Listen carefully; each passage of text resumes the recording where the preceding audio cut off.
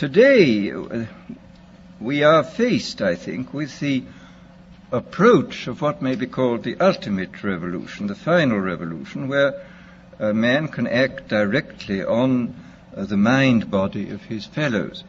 Well, needless to say, some kind of direct action on human mind bodies has been going on since the beginning of time. But this has generally been of a violent nature. The techniques of terrorism have been known from time immemorial, and people have employed them with more or less ingenuity, sometimes with the utmost crudity, sometimes with a good deal of skill acquired by a process of trial and error, finding out what the best ways of using torture, imprisonment, constraints of various kinds. But as I think it was Metternich said many years ago, you can do everything with bayonets except sit on them. That if you are going to control any population for any length of time, you must have some measure of consent. It's exceedingly difficult to see how pure terrorism can function indefinitely. It can function for a fairly long time, but I think sooner or later you have to bring in an element of persuasion, an element of getting people to consent to what is happening to them. Well, it seems to me that the nature of the ultimate revolution with which we are now faced is precisely this, that we are in process of developing a whole series of techniques which will enable the controlling oligarchy, who have always existed and presumably always will exist, to get people actually to love their servitude. This is, seems to me, the ultimate in malevolent revolution, shall we say. And that there seems to be a general movement in the direction of this kind of ultimate revolution, this method of control by which people can be made to enjoy a state of affairs which, by any decent standard, they ought not to enjoy. The enjoyment of servitude. And first, let me talk about a little bit about the improvement even in the techniques of terrorism. I think there have been improvements. Pavlov, after all, made some extremely profound observations, both on animals and on human beings. And he found, among other things, that conditioning techniques applied to animals or humans in a state either of psychological or physical stress sank in, so to say, very deeply into the mind body of the creature, and were extremely difficult to get rid of, that they seem to be embedded more deeply than other forms of conditioning. In this context, I would like to mention the extremely interesting chapters in Dr. William Sargent's Battle for the Mind, where he points out how intuitively some of the great religious teachers, leaders of the past, hit on the Pavlovian method. He speaks specifically of Wesley's method of producing conversions, which were essentially based upon a technique of heightening psychological stress to the limit by talking about hellfire, and so making people extremely vulnerable to suggestion, and then suddenly releasing this stress by offering hopes of heaven.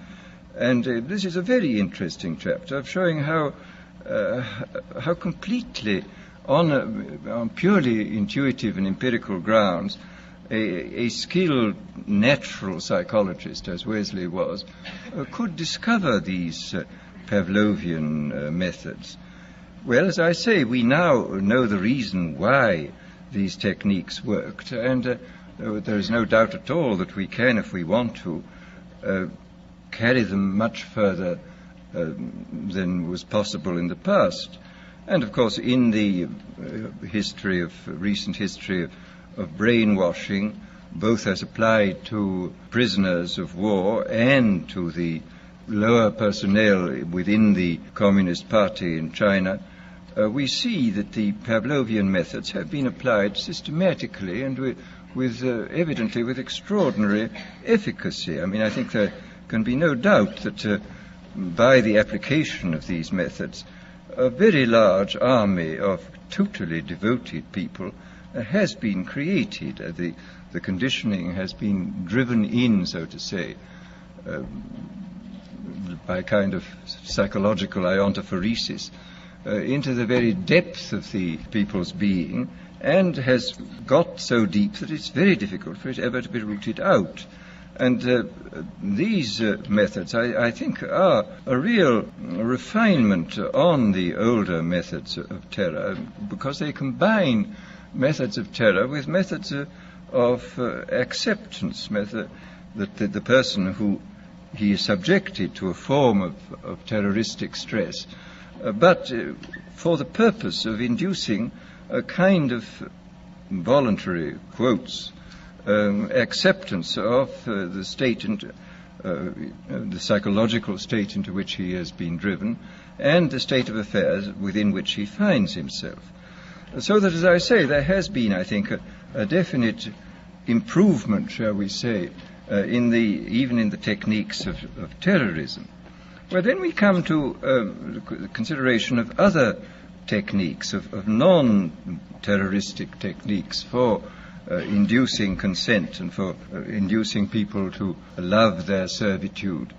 First of all, there are the methods connected with straight suggestion and hypnosis. I think we know much more about this subject than was known in the past. People, of course, have always known about suggestion, and although they didn't know the word hypnosis, they certainly practiced it. But we now, I think, know pretty clearly the sort of statistical structure of a population in regard to its suggestibility.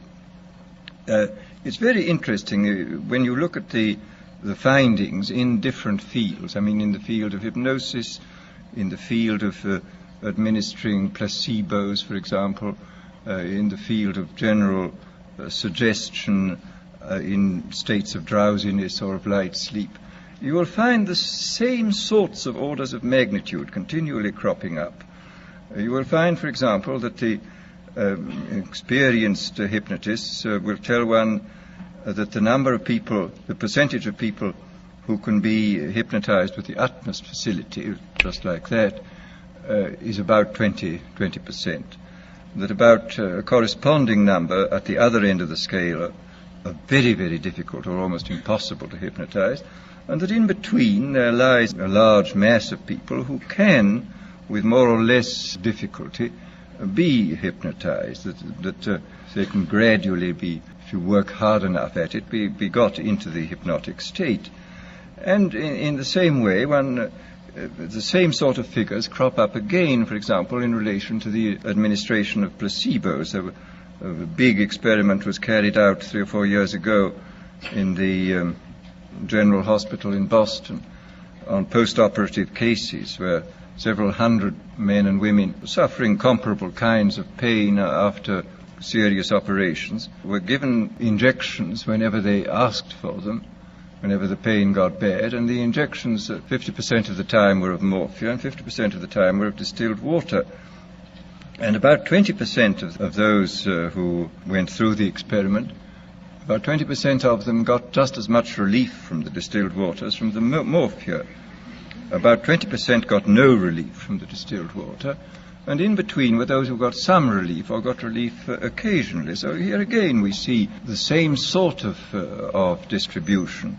And I suspect also that it would not be at all difficult to recognize in very early childhood who were those who were extremely suggestible, who were those who were extremely unsuggestible, and who were those who occupied the intermediate space. Quite clearly, if everybody were extremely unsuggestible, organized society would be quite impossible. And if everybody were extremely suggestible, then dictatorship would be absolutely inevitable. I mean, it's very fortunate we have people who are moderately suggestible in the majority, and who therefore preserve us from dictatorship, but do permit organized society to be formed. But once given the fact that there are these 20% of highly suggestible people, it becomes quite clear that this is a matter of enormous political importance. For example, any demagogue who is able to get hold of a large number of these 20% of suggestible people and to organize them is really in a position to overthrow any government in any country.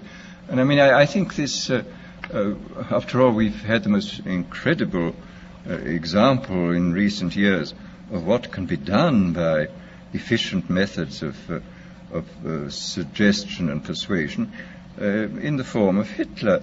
Anybody who's read, for example, Bullock's Life of Hitler comes forth from this with a sort of horrified admiration for this infernal genius who really understood human weaknesses, I think, almost better than anybody, and who exploited them with all the resources then available. I mean, he knew everything. I mean, for example, he knew intuitively this Pavlovian truth that conditioning installed in a state of stress or fatigue it goes much deeper than conditioning installed at other times. This was why all his big speeches were organized at night. He speaks of this quite frankly, of course, in Mein Kampf. He says this was done solely because people are tired at night and therefore are much less capable of resisting persuasion than they would be during the day. And we see in all his techniques, he was using, he had discovered intuitively and by trial and error a great many of the weaknesses which we now know about in a sort of scientific way, I think much more clearly than he did. But the fact remains that this differential suggestibility, this susceptibility to hypnosis, I do think is something which has to be considered very carefully in relation to any kind of thought about democratic government. I mean, if there are 20% of the people who can really be suggested into believing almost anything, as evidently they can be, then we have to take extremely careful steps to prevent the rise of demagogues who will drive them on into extreme positions and then organize them into very, very dangerous armies, private armies, which may overthrow the government. Well, this, as I say, is in this field of pure persuasion.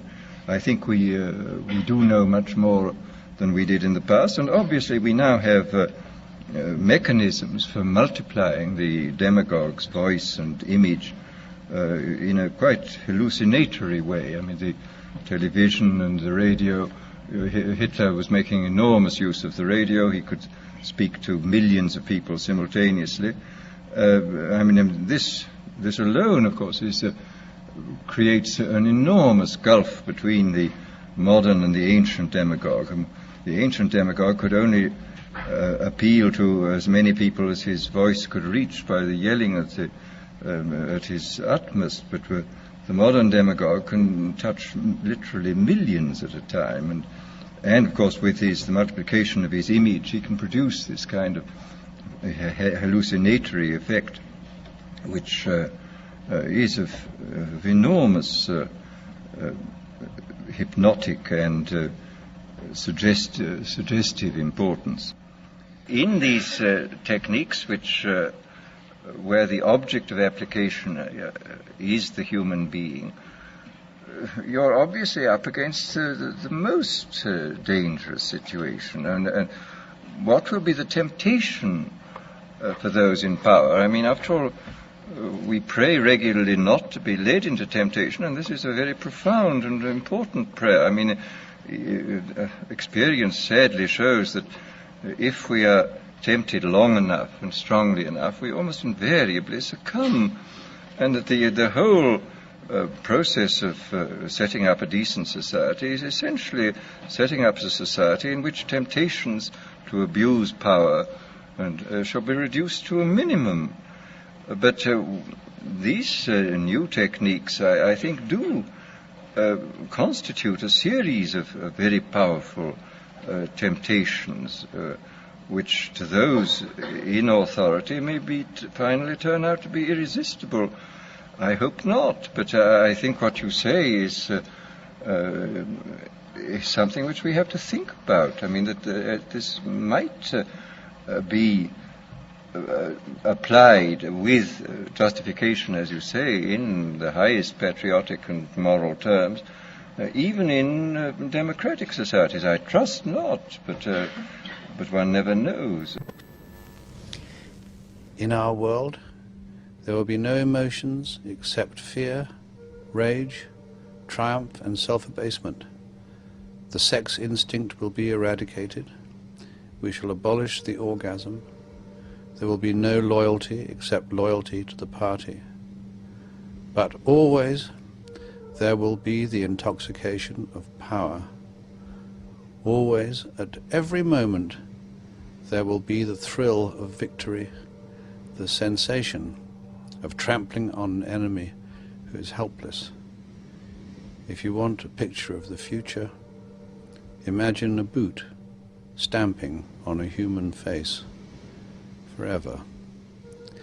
The moral to be drawn from this dangerous nightmare situation is a simple one. Don't let it happen. It depends on you.